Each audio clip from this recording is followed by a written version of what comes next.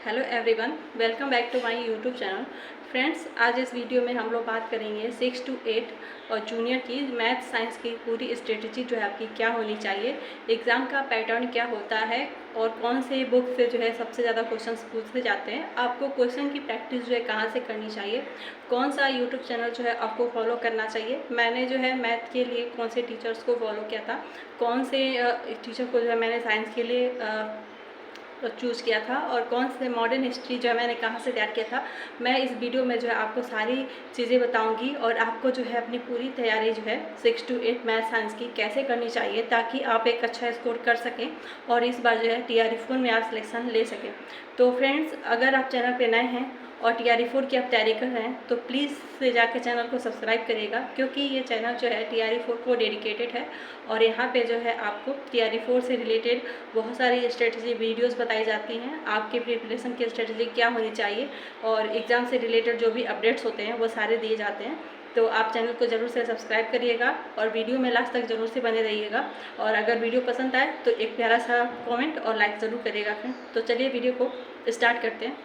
Friends देखिए, मैंने जो है ये पूरा मतलब एनालिसिस करके ये मैंने बनाया हुआ है कि आपका जो है पूरी स्ट्रेटजी क्या होनी चाहिए। उससे पहले मैं बता दूं फ्रेंड्स कि देखिए, अगर आप 6 to 8 मैथ और साइंस के स्टूडेंट हैं और आप जो है TRE4 में अप्लाई करना चाहते हैं तो देखिए, अगर आपने BTC किया हुआ है तो भी जो है आप 6 to 8 के लिए अप्लाई कर सकते हैं। और अगर आपने BEd किया हुआ है और आपका सब्जेक्ट मैथ और साइंस है, अगर आपका मैथ है तो भी आप जो है आपके पेपर में मैथ और साइंस दोनों आएगा और अगर आप साइंस से हैं तो भी आपके पेपर में जो है मैथ और साइंस ही होगा। तो आपके पेपर में जो कुल 150 क्वेश्चन होंगे, जिसमें से जो है आपके 30 क्वेश्चन जो होंगे लैंग्वेज के होंगे, जिसमें आपको जो है 30% स्कोर करना होगा क्वालिफाई करने के लिए, मतलब कि 9 नंबर लाने होंगे। और उसके बाद जो है आपके जो 120 क्वेश्चंस बचते हैं वो आपका जो है मेरिट डिसाइड करता है और उसी के आधार पे जो है आपका सिलेक्शन होता है। और इस एग्ज़ाम में जो है कोई भी नेगेटिव मार्किंग नहीं होती है और इस पेपर को देने के लिए जो है आपका सीटेड एग्ज़ाम जो है क्वालिफाई होना ज़रूरी होता है।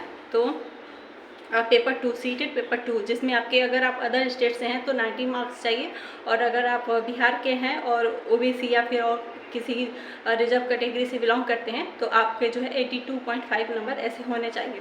तो ये सारी चीज़ें जो हो गई एलिजिबिलिटी को लेकर के हो गई। उसके बाद अगर 120 क्वेश्चन जिससे आपका मेरिट डिसाइड होता है, उसमें आपके 40 क्वेश्चन जो होते हैं GS पोर्सन से होते हैं और 80 क्वेश्चन जो होते हैं आपके सब्जेक्ट से होते हैं, जिसमें 40 क्वेश्चन जो है आपके मैथ के होंगे और 40 क्वेश्चन जो है आपके साइंस के होंगे।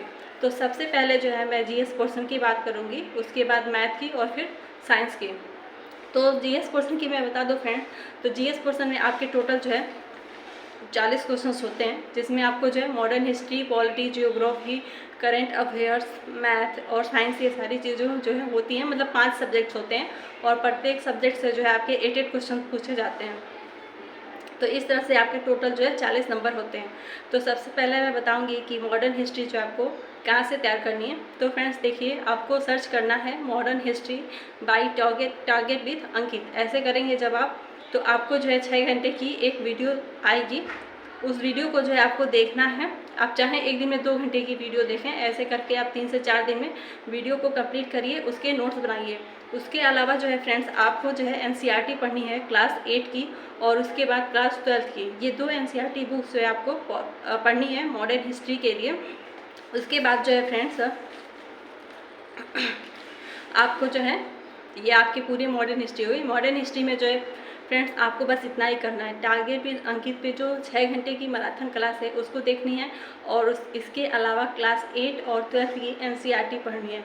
आप 12th वाली NCERT चाहे तो स्किप भी कर सकते हैं, लेकिन 8 वाली NCERT जो है आपको एकदम मस्ट है, मतलब एकदम ज़रूरी है कि आप कक्षा 8 की NCERT को पढ़ें, क्योंकि कक्षा 8 की जो NCERT है हिस्ट्री की, वो पूरी जो है मॉडर्न हिस्ट्री की ही बुक है। तो उसमें सारी मॉडर्न हिस्ट्री दी हुई है, पूरी 1857 की क्रांति, ये सारी चीज़ें दी हुई हैं, जितने भी सन्यासी विद्रोह हुए हैं, मतलब सब कुछ उसमें दिया हुआ है। आपको वो सब कुछ जो है करना है, चौरी चौरा जो भी कांड हुआ था, ये सारी चीज़ें, मतलब सब कुछ दिया हुआ है मॉडर्न हिस्ट्री से रिलेटेड। और अगर मैंने जितना बताया इतना आप कर लेते हैं तो आपके 8 में से कम 7 क्वेश्चन तो ज़रूर से सही होंगे फ्रेंड्स, और आप 8 में 8 भी कर सकते हैं। इसके अलावा अगर हम जियोग्राफी की बात करें तो जियोग्राफी के लिए जो है फ्रेंड्स आपको क्लास 8 और क्लास 9th और 10th की एनसीईआरटी पढ़नी है। क्लास 9th और 10th की, 8th की नहीं, क्लास 9th और 10th की एनसीईआरटी पढ़नी है। इसके अलावा जो है फ्रेंड्स, आपको डीके गुप्ता करके जो एक सर हैं, उनके यूट्यूब पे जितने भी वीडियोस हैं उनको आपको देखना है। चाहे तो आप हैंड रिटेन नोट्स भी बना सकते हैं, पर इसको स्किप भी कर सकते हैं, लेकिन आप जो है डीके गुप्ता के जो भी वीडियोस हैं उनको देखना है और एनसीईआरटी ज़रूर से पढ़नी है ज्योग्राफी के लिए। इसके बाद आ जाती है करंट अफेयर्स की। तो फ्रेंड्स देखिए, करंट अफेयर्स जो है आपको सिर्फ 8 महीने तक का ही पढ़ना होता है। तो अभी आपका एग्ज़ाम तो तय नहीं है कि कब होगा, तो अभी आपको करंट अफेयर्स बिल्कुल भी नहीं पढ़ना है। लेकिन हाँ, जून के बाद जब जुलाई मंथ आएगा तो एक यूट्यूब चैनल है सरकारी जॉब न्यूज़ करके, उस चैनल पे जो है हर 6 मंथ पे, मतलब जनवरी से लेकर जून तक की 6 महीने की एक मैराथन क्लास आएगी। आपको उस मैराथन क्लास को देखनी है और उसके बाद जो है उनका एक कोर्स लेना है, जिसमें आपको वो पीडीएफ प्रोवाइड करते हैं। तो वो पूरे 6 महीने की जो है वो पीडीएफ दे देंगे। अगर आप चाहें तो कोर्स नहीं भी ले सकते हैं, आप खुद ही जो है मैराथन क्लास के नोट्स बनाइएगा और उसको बार बार पढ़िएगा। अगर आप इतना कर लेते हैं तो करंट अफेयर्स में आप यकीन मानिए आराम से बहुत ही अच्छा स्कोर करेंगे। क्योंकि मैंने जो है मैराथन क्लास देखी थी और मैंने उनके पीडीएफ पढ़े थे, जिससे मेरे करंट अफेयर्स के सारे ही क्वेश्चन सही थे। तो इसलिए मैंने जो अप्लाई खुद किया हुआ है, मैं वही चीज़ें आप लोगों को बता रही हूँ फ्रेंड्स। तो ये सब जो है हो गया आपका मॉडर्न हिस्ट्री का, ज्योग्राफी और करंट अफेयर्स का। मैथ का मैं आगे बताने वाली हूँ और साइंस का भी। तो इसके बाद ये जीएस वाला जो पोर्शन है, इसके क्वेश्चन प्रैक्टिस के लिए आपको जो है यूट्यूब पे एक चैनल है टीचिंग परीक्षा करके, जिस पे दानिश सर जो है क्वेश्चन की प्रैक्टिस करवाते हैं। और आपने बहुत सारे मतलब ऐड में भी देखा होगा उनके स्टूडेंट जिनका जो है सिलेक्शन हुआ है, और मैंने खुद ने भी जो है उनकी क्लासेस किए हुए हैं और मैंने बहुत जगह मतलब बहुत ही लोगों से उनका नाम सुन भी रखा है। तो मैं ये सच में बोल रही हूँ, वो बहुत ही अच्छे क्वेश्चंस की प्रैक्टिस करवाते हैं। और वो जो क्वेश्चन प्रैक्टिस करवाते हैं बीपीएससी के किसी ना किसी एग्जाम में पूछे गए प्रीवियस ईयर के क्वेश्चंस ही होते हैं।